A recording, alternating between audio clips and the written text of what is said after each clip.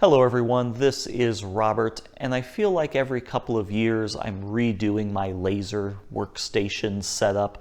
I have a CO2 laser and a fiber laser, and I'm using these Rockler Rocksteady stands, and I really just don't like how the setup works. The storage isn't good, the organization isn't really there, and they just kind of don't really look appropriate on these stands.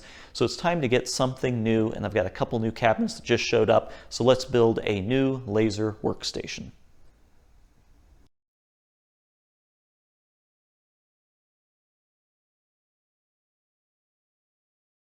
For my new and hopefully final laser workstation, I've got these two cabinets I just got. These come from New Age Products. I'm not affiliated or sponsored in any way. I bought these with my own money. It was about $1,500 for the two cabinets combined. These are the Pro Series. There's a 44-inch and a 28-inch, and both of these are 7-drawer. I got them in the charcoal finish. And they're really nice because they're kind of more of a standalone. Instead of kind of like a rolling tool cart, these are kind of meant to be either permanently mounted on the wall or just kind of freestanding, which is what I'm doing. I just need to figure out how to get them down off this pallet and unbox so I can actually use them.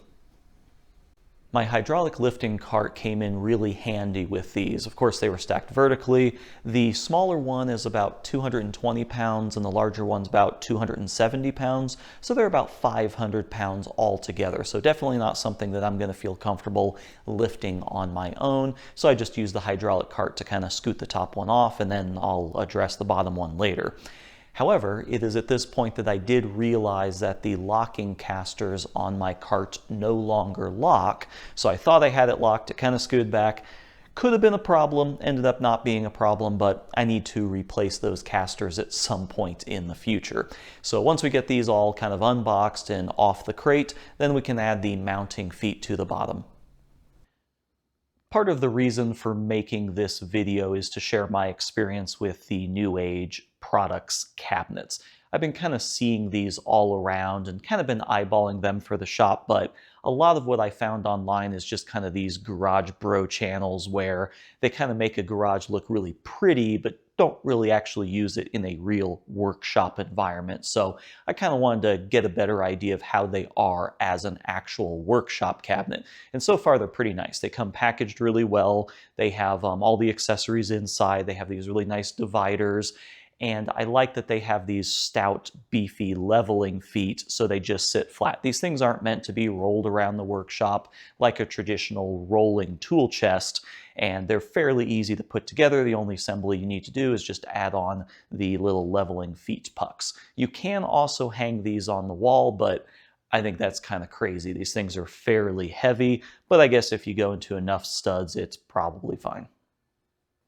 The process for the larger one is pretty much the same as the smaller one. The only reason I'm really showing any of this is I'm not a big guy and these are fairly large and heavy, so I just kind of want to give you the idea that you can absolutely do this on your own if you have the right tools and accessories in your shop.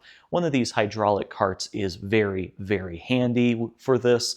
Having something like that, a couple furniture dollies, and honestly just some 2x4s and stuff to leverage and move things around is all you need to handle this. This is definitely not something that I can personally lift or manage, but just using a little bit of know-how and a little bit of mechanical advantage, you can easily move this stuff on your own. When I first started looking at different options for this laser workstation project, I was kind of surprised that everything was kind of close, but nothing was really exactly what I was looking for. I needed about a 24-inch deep workstation that will hold the CO2 laser and the fiber just fine, so about 24 inches deep, and it needs to be about standard workbench height. And what I found is things were either way too shallow, way too deep, or too high. And I was kind of surprised by that because I was thinking there'd be a lot of options for just these freestanding fixed cabinets that would just sit on the ground. You throw a workbench across two of them and bam, you have a workstation. But there's really not a lot of options out there, and New Age Products was one of the only companies that had a lot of different configurations for this. And specifically the Pro Series, The cabinets themselves are about 22 inches deep, and they're a standard workbench height, and obviously you can adjust that with the leveling feet, and they have a lot of different width options. But I was really surprised going into this. I thought there'd be a ton of different options, but nothing really was the right dimensions overall. Leveling the cabinets was a bit tedious. I don't think there's really anything that they can do for the design of the cabinets to improve this. You basically have 4 leveling feet, and doing one cabinet is fairly easy. But when you do both cabinets, it gets a little bit trickier.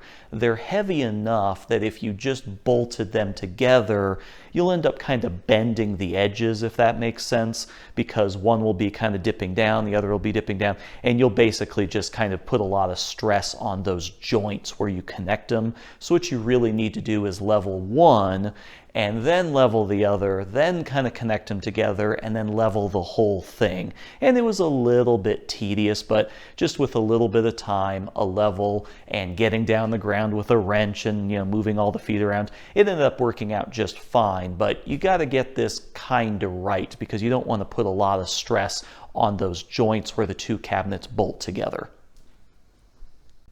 For the worktop, I'm using a butcher block countertop that you can get at Lowe's or Home Depot. The nice thing about these is they come in a lot of different sizes, and they're generally in stock, so you don't need to worry about special ordering or shipping or anything like that. The only downside is they do come raw and unfinished, so you have to apply your own finish, stain, or sealer or anything like that. But that's exactly what I'm doing here, is I'm just giving it a light sanding, and I'm going to clean that off with mineral spirits, and then I'm going to try out a few different finish options to see which one I like. So this is set for 24 hours. We've got Waterlox, Danish Oil, Osmo, and a Minwax Early American stain. I don't like the stain. I just tried it just to see what it would look like. It looks too kind of rustic and barnwood. What I'm going for is the least amount of contrast possible. I don't want this to look very poppy and have a lot of wood grain look to it. So I think the Danish Oil is out. It does kind of pop the grain a little bit, and I don't really want that. It's kind of between the Osmo and the Waterlox, but the Osmo is a hard wax, and it's very difficult. Well, it's easy to put on, but it takes like a week or 2 in between each coat. So the Waterlox is kind of the easiest. You just throw on a coat, wait 24 hours, throw on another coat, and then you do that 3 times. And I'm finishing this off with a paste wax. I've done this for all my workbenches, and it adds a really nice protective coat over top. Nothing really sticks to it. So you can even get paint on this, and it'll just kind of scrape right up without sticking at all. So I think that's what I'm going to do. The next step is to cut this down to size. This is 25 inches, and I want it to be 24, so I'm going to cut a 1-inch slice off of this side, sand it down, take off these edges, seal everything, throw on the paste wax, and that should be it for the top. So let's get this cut down to size. I'm not sure why I waited so long to get a track saw. These things are fantastic, and especially for an application like this where I just need to take 1 inch off the edge of this, I could absolutely do this on a table saw, but this piece is relatively heavy. I'd probably need an in-feed and an out-feed table. I have a relatively small table saw, so handling this through a table saw just to cut off 1 inch is kind of a pain, but doing this with a track saw is perfectly fine. And I really do like the Bosch cordless track saw because I don't really use it a whole lot, so having it be battery powered is really nice, and I have no issue with the power. And the cool thing is you can use Bosch or Festool tracks. I think also Makita tracks might work on this as well. So it's really versatile. It's a bit spendy, but it is just kind of one of those tools that makes life a lot easier when you need to use it. When you get these butcher block countertops from the store, the edges are very, very sharp. They're not rounded off or eased in any way, so you do need to do something with them just to make it more comfortable. As you can see, I've got my palm router there, and I was going to use that to round over the edges, but I kind of want the look of a sharper edge. I just want it to be more comfortable than the factory edge. So I'm just using my random orbit sander just to kind of break that sharpness down. and it ended up with a really nice smooth edge that was comfortable, but still kind of mostly looks like a sharp edge, and that's exactly what I was going for. If you've ever watched any woodworking channels on YouTube, you know that there are an infinite number of opinions on how to properly finish every type of wood. I'm not going to try and get into any debates or contradict anyone that's out there. I'm just going to tell you what worked for me. I am using water locks wiped on with just a simple rag or t-shirt. You got to do that on all surfaces. Do not leave the underside unfinished. You got to finish every single surface of this thing because it could absorb moisture from the bottom if you don't do the bottom. Just wiping it on with a t-shirt and then just kind of buffing it off after, a couple minutes when it dries. I'm going to do 1 coat on the bottom and then 3 coats on the top with at least 24 hours in between each one of those coats. For sanding, I'm just doing a really light sanding with a 120 and then going up to 180. You could go higher if you want, but this is just a workbench top, so it doesn't need to be glossy or glassy smooth. The reason I'm going with water locks for this finish is I don't really want like a poly or anything that kind of sits on top of the wood. I really don't like those finishes that look plasticky or sit on top or have excessive gloss to it. I want the wood to look and feel like you're just touching wood, so an oil-based finish is really the way to go, and water locks is kind of nice because it finishes a lot quicker or dries a lot quicker than some of the hard oils. I know the internet is fascinated with Osmo and Rubio. Those are fantastic, but this is a workbench top that's going to be holding a couple lasers. It's not fine furniture. I do really like the Osmo, but it's maybe a week or 2 weeks in between each coat, so that's why I'm using water locks. Adding the paste wax at the end offers another level of protection.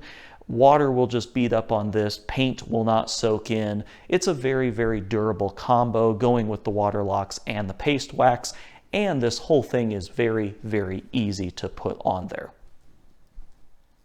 So once I got all 3 coats of water locks on there and those were dried, it was time to add the paste wax. The paste wax does feel a little bit wrong the first time you use it. It just kind of feels like you're not doing it right. You're just kind of scooping this paste out of this container and just smearing it all over the top. And at first it will feel kind of plasticky, kind of waxy and almost sticky on the surface. But the more you just keep working it in, it'll get better and better. And then once it kind of dries, you can buff it off and it leaves this nice, really satiny, smooth finish that's not the least bit plasticky or waxy in the end, but it will be really hard for anything to penetrate down through that paste wax layer and actually get into the wood. You just got to kind of keep adding some, keep buffing it.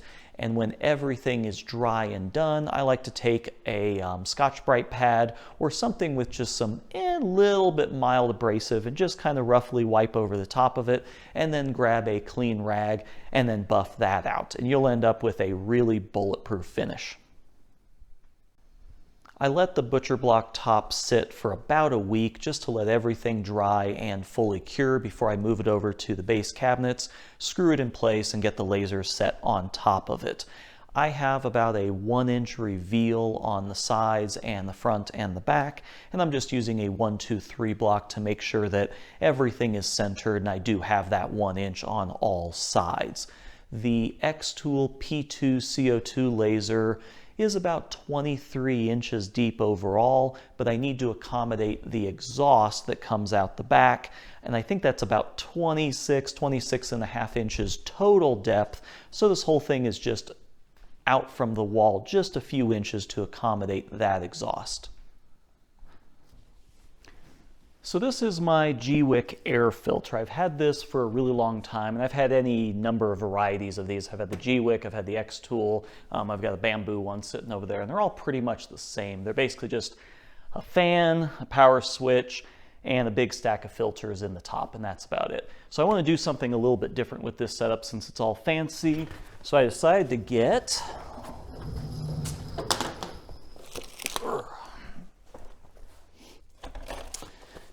This is the xTool AP2 air filter. They just came out with this fairly recently, and inside it has all of these different filters. Each one of these is kind of, an individual stage, so you can replace these individually. It also tracks the hours. It's a little bit quieter. But the coolest thing for me is it has this cyclonic filter in the top, so it will separate all the big particles. So if you're doing a lot of wood, or if you're doing coins or metal engraving on the fiber laser, you can actually get that into the cyclone filter. That can be removed and washed. I always go through the pre-filter a lot quicker than all the other filters, so being able to actually trap that material and just wash it out and then extend the life of the other filters is awesome. The other cool thing about this is it connects directly in with the F1 Ultra, so it can automatically turn this on and you don't have to turn on the air filter separately, which is pretty cool. So yeah, pretty happy to get this into the setup. So I think I'm pretty much done with this laser station. Really happy with how the cabinets turned out. These things are fantastic with the dividers. I'm gonna have to figure out how to divvy everything up, but the dividers are wonderful because I don't have to go straight to Gridfinity or something like that. I can just kind of use these for the time being until I kind of figure out where everything's gonna go. There is a lot of storage here, probably more than I need, but that's always perfectly fine. The top came out really, really nice. I definitely recommend the water locks with the paste wax. These Havia butcher blocks are relatively inexpensive, very easy to get in multiple sizes, so that worked out perfectly. And I'm really excited to use the xTool AP2. It's a lot quieter.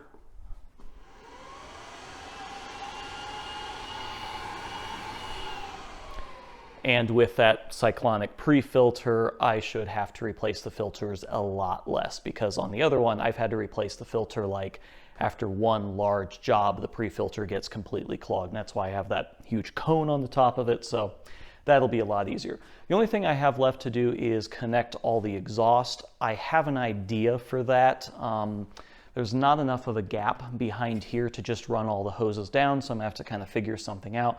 I don't really want to run all the hoses on the surface, and I want to be able to select between each one of the machines because this only has one input on it. So I have a couple ideas.